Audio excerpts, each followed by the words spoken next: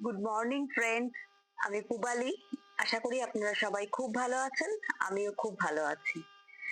কিন্তু কালকে রাত্রিবেলা আমাদের এখানে খুব প্রচন্ড পরিমাণে কালবৈশাখী ঝড় বৃষ্টি হয়েছে। আর তাতে বাগানের অবস্থা খুবই খারাপ হয়ে গেছে। তো কিছু করার নেই, কারণ দেখুন মন তো প্রচন্ড খারাপ হচ্ছে।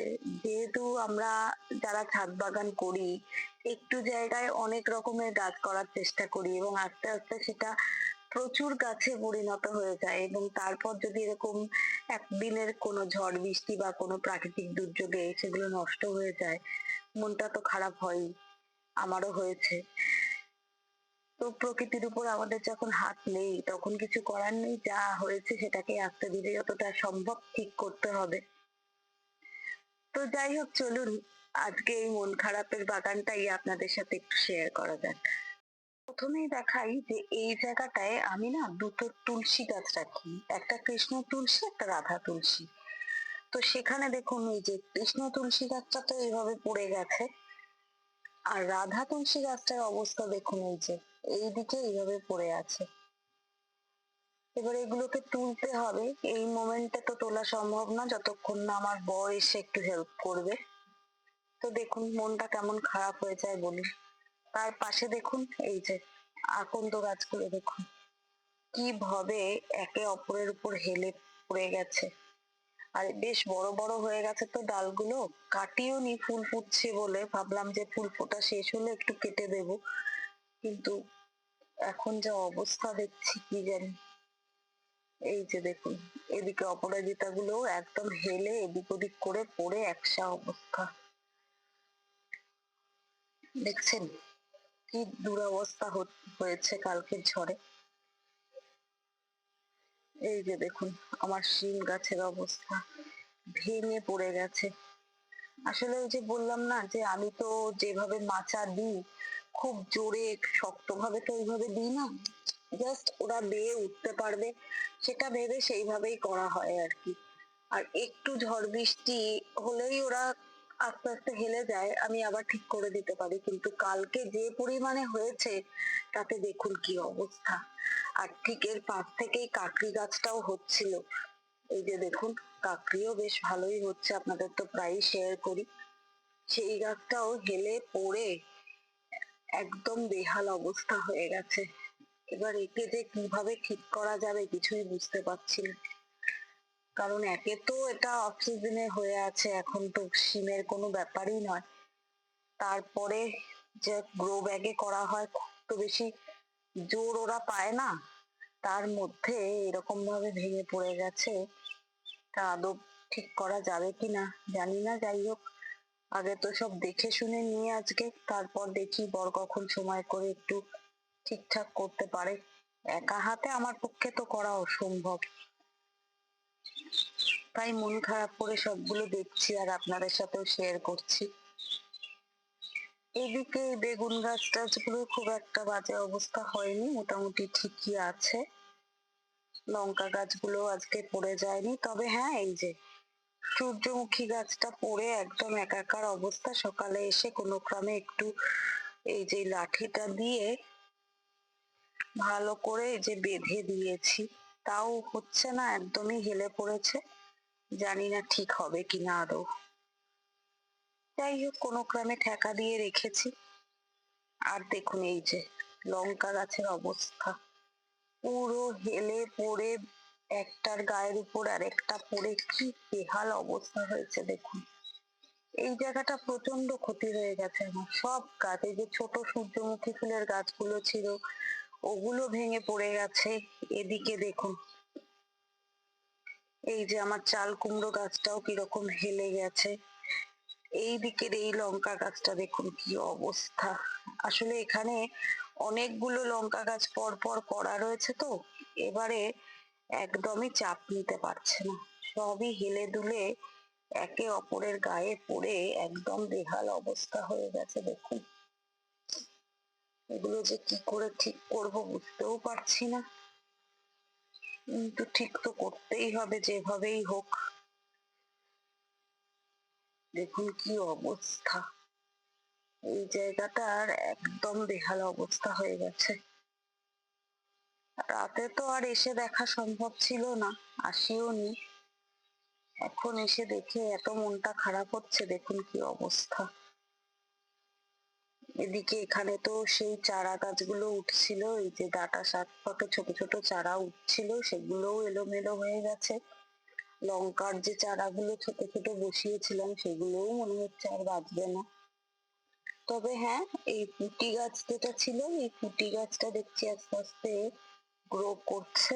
আপাতত ওটা ঠিক আছে, কিন্তু এখানে এই যে বরবটি গাছ আর তরমুজ গাছ একে অপরের গায়ের উপর উঠে,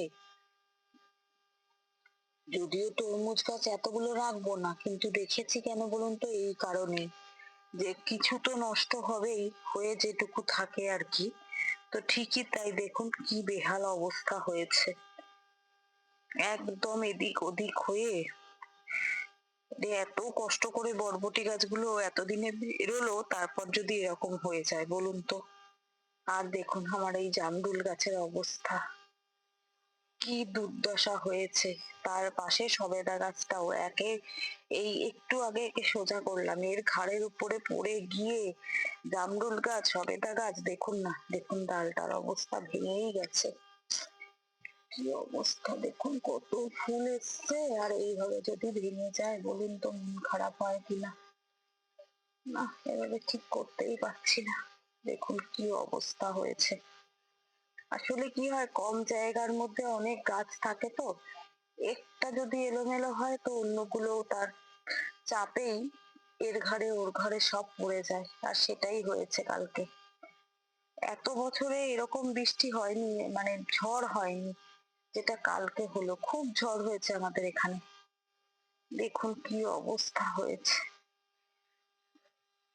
এইদিকে দেখুন, ইস, দেখুন ডালিম গাছটা ফুলে ভরে গেছে, তাও দেখুন কি অবস্থা, পড়ে একাকার অবস্থা হয়েছে। ডালিমটা যে খসে পড়ে যায়নি এটাই অনেক। এইদিকে এই যে আমার স্ট্রবেরি পেয়ারার উপরে ডালিম গাছ উঠে দেখুন কি অবস্থা। আমি কিভাবে কাকে ঠিক করব বুঝতেও পারছি না। আসলে এগুলো এখন একা হাতে করা সম্ভব না, এত বড় বড় গাছ হয়ে গেছে তো। এগুলোকে ধীরে সুস্থে, মানে নয় একটা লোক ডাকতে হবে আজকে, আর নয় যদি দেখি বড় সময় হয়, যেভাবে করতে পারি ঠিক করতে হবে। আগে তো সব দেখে নিচ্ছি যে কোথায় কি প্রবলেম, তারপর একসাথে সব ঠিক করবো আর কি। এত মন খারাপ হয় জানেন তো। এই যে দেখুন আবার এই লঙ্কা গাছগুলোর অবস্থা দেখুন, এদিক ওদিক হয়ে ভেঙে চুরে এর ঘাড়ে ওর ঘাড়ে পড়ে। সেদিনকে তো ঝড়ে ওই বেগুন গাছটা নষ্ট হয়ে গেল, আজকে আবার এগুলোর এই অবস্থা হয়েছে। দেখুন কি অবস্থা, পুরো ভেঙে চুরে গেছে। এদিকেও ঠিক তাই অবস্থা। এই পেঁপে গাছটা কোনো ক্রমে সোজা করলাম, লঙ্কা গাছটা তো এতটাই মাটি ভিজে, তাকে আর সোজা করে উঠতে পারছি না। আর ভয় লাগছে, বেশি এদিক ওদিক করলে শিকড় তো একদম নরম হয়ে আছে, যদি নষ্ট হয়ে যায়। ওই জন্য ভাবলাম থাক এখন এই অবস্থায়, পরে দেখছি কিছু করা যায় কিনা। আসলে এত ফলন্ত গাছ তো, একটু চাপ হলেই ওরা আর নিতে পারছে না, এরকম ভাবে ভেঙে চুরে এদিক ওদিকে পড়ে যাচ্ছে। না, এদিকে এই গাছগুলো সব ঠিকঠাকই মোটামুটি আছে দেখছি, ফুল গাছগুলো খুব একটা এলোমেলো হয়নি। না, ফুল গাছগুলো সব ঠিক আছে। এই দেখুন, এই লঙ্কা গাছটা আবার পড়ে গেছে, দেখছেন কি অবস্থা হয়েছে, কাকড়ি গাছের উপর পড়ে দেখুন কি অবস্থা। আসলে কালকে এত পরিমাণে ঝড় হবে সত্যি, এটা আমরা বুঝতেই কেউ পারিনি, আর বুঝতে পারলেও এইভাবে বাগানকে তো এক মুহূর্তে ঠিক করা সম্ভব না, না। ওই যে বললাম আস্তে আস্তে বাগান তো বেশ ভালোই বড় হয়ে যায়, এবং আমারও সেটাই হয়েছে। এবার হঠাৎ করে নোটিশ পেলেও যে খুব ঠিক করে দিতে পারবো এটা সম্ভব না, তবে কিছুটা প্রোটেকশন দেওয়া যেত। শুনছিলাম ঝড় বৃষ্টি হবে, হচ্ছেও কম বেশি এক আধ দিন করে, তো এতটা হবে সত্যি আনএক্সপেক্টেড। যাকে আর কি করা যাবে বলুন, যাই হোক কি আর করা যাবে বলুন। প্রকৃতি তো তার নিজের নিয়মেই চলবে। আমাদের এখানে মন খারাপ করা ছাড়া আর তো কিছু করার নেই। তবে হ্যাঁ, মন খারাপের মধ্যেও একটা কথা না বললে পারছি না, যে প্রচুর গাছ এলোমেলো হয়ে গেছে, ভেঙে পড়েছে, সেটাও যেমন ঠিক, সেরকম দেখুন প্রত্যেকটা গাছ এত ফ্রেশ হয়ে যাচ্ছে, এটাও হওয়া জরুরি ছিল। তার কারণ যে পরিমাণে টেম্পারেচার বাড়ছিল, তাতে একটু বৃষ্টি না হলে, আগের বছর তো একদমই হয়নি এবং অনেক গাছ মানে একদম ঝলসে যাচ্ছিল, সেই সবের হাত থেকে এই বৃষ্টিটা অনেকটা মুক্তি দিচ্ছে গাছগুলোকে, এবং ওরাও অনেকটা ফ্রেশ হয়ে যাচ্ছে। এটাই পাওনা আর কি, সব সময় খারাপটা না ভেবে একটু ভালো ভাবলে মনটাও ভালো হয়, সেই আর কি। ওই চিন্তা করেই ভাবলাম যে না, বৃষ্টি হওয়াটাও জরুরি। তারপর দেখি আস্তে আস্তে বাগানটাকে কতটা আবার চেঞ্জ করা যায়। তো যাই হোক, এদিকে আর মোটামুটি খুব একটা প্রবলেম হয়েছে বলে মনে হচ্ছে না, আর সব গাছ ঠিকই আছে। তবে এক্ষুনি একবারে তো সব চোখে পড়ে না, আবার দেখুন 10 বার আসবো, দেখবো, আবার হয়তো দেখবো কোথাও কোনটা ভেঙে পড়ে আছে। তো যাই হোক, এইটুকুই। আজকে আর বলবো না, যে যদি ভিডিওটা ভালো লেগে থাকে তাহলে পাশে থাকবেন। শুধু বলবো এই অবস্থায় আপনারা সবাই আমার পাশে থাকুন, একটু লাইক আর শেয়ার করুন আমার বাগানের এই অবস্থা। আর যারা আমার নতুন বন্ধু আছো বা আছেন, তারাও আমার বাগানের এই অবস্থা দেখে যদি মনে হয় আমার পাশে থাকা জরুরি, তাহলে অবশ্যই চ্যানেলটা সাবস্ক্রাইব করে বেল আইকনটা প্রেস করে দিও। খুব তাড়াতাড়ি আবার একটা নতুন ভালো ভিডিওর সাথে দেখা হচ্ছে। আজকের মতো তাহলে বিদায়। টাটা।